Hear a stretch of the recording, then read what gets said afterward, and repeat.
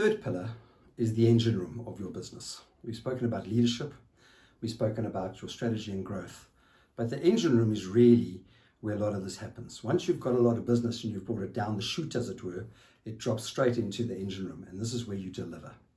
So right now, during this time, the engine rooms of businesses are being completely reworked and thought through, because this is where your staff are. This is where most of your overheads and expenses are, and salaries, because we've got to pay people, we've got to pay for infrastructure, there's a lot of rental, there's many things that are going on.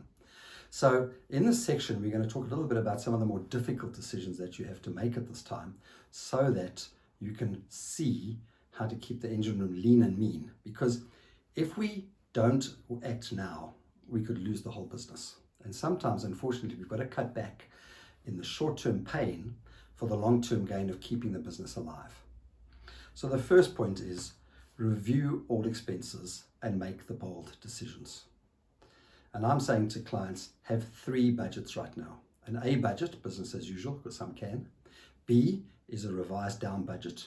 And C is what I'm calling the 2-minute noodles budget. In other words, the budget where you have to really cut down to the bare bones. Pray that you don't get there. Personally, for myself and my business, I have already made provision that I have cut everything by 50%. So I have to earn half of what I was earning last month. Difficult decisions, I've had to cut certain things, I've had to negotiate, I've had certain things that have been easy and certain things that have been difficult. But I'm trying to get ready for the long haul. In my opinion, I think that COVID-19 is going to be here longer than we think. And even when we do have lockdowns that get into sort of partial lockdowns and then reopening, people are not going to do business the way they did. And so we're not going to be getting as much money as we were, because I think people are going to be out of pocket a lot more, because they're really going into overdraft, they're really borrowing, they're really going to banks with cap in hand.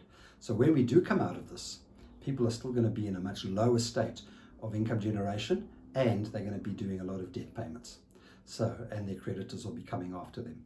So this time is a time to review all of your expenses. And this time, don't just do it with compassion. Do it as if it's a clinical exercise. And I'm sorry to say that, because I love to be relational. But you've got to look at your expenses and say, can we cut this or can't we? The other thing about cutting your expenses at this time is negotiate. Negotiate with your staff if you can. Negotiate with landlords. Negotiate with creditors. Don't try and pay everything off right now because everybody wants their money right now. At the moment, the world is borrowing, the world is negotiating, the world is doing whatever they can. So sit down with your accountant, your bookkeeper, sit down with someone who can help you financially, and get to grips with the numbers. If you don't know the numbers, you are going to put yourself into a position later on where you won't have the money available.